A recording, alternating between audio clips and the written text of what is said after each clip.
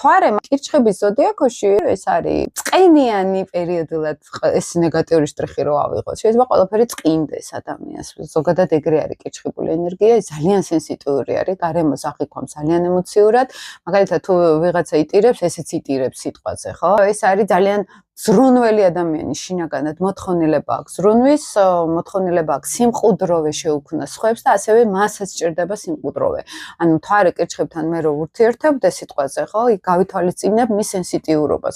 პირდაპირ შემოდის ემოციაში. თვითონაც ითვალისწინებენ ხშირად სხვების ემოციებს, ითვალისწინებენ სხვების ემოციურ საზღვრებს და აქეთ თუ მათ საზღვრებს არ ყვევენ, ისინი ძალიან სენსიტიურად ამას განიცდიან, ხო? ოჯახის მოთხოვნილება ზრუნვის მაგალითად ქალების შემთხვევაში დედობის მოთხოვნილება ან აი რაღაც რომ დავპატიჟო სტუმრები და გემრიელი საჭვალებით გაუმასპინძლდე. ამის ემოციური მოთხოვნილება არის, ხო?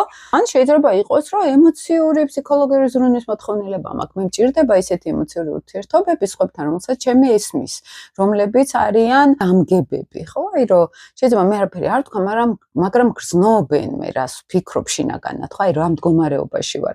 ამის ემოციური მოთხოვნილება არის. სავარაუდოდ ესე ვამბობთ ხოლმე დედა, რომელიც ემოციურად შეიძლება იყოს ყველაზე რთულ ვარიანტში ფსიქოლოგიურად ნევროზული, დაულაგებელი, მაგალითად, გადამეტებული ემოციები ქონდა დედას, ან მაშინებდა, მან თვალს უყურებთ, ხო არ არის დაზიანებული. ეს ყველაზე ცუდი სცენარი არის, რომ დედა, რომელიც სტრესავდა ფსიქოლოგიურად, რაღაცნაირად, ან მაშინებდა, ან ძალიან ავიღე დედის ემოციური სამყარო ჩემ თავზე სიტყვაზე, ხო, ძალიან ინტენსიური ემოციები.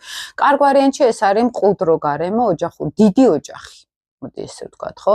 აქაც რა თქმა უნდა ვაკვირდებით ხოლმე მე უკვე ასპექტებს და პრინციპში მეოთხე სახსაც სიგნიფიკატორი კირჩხიბის მაგალითად, ხო?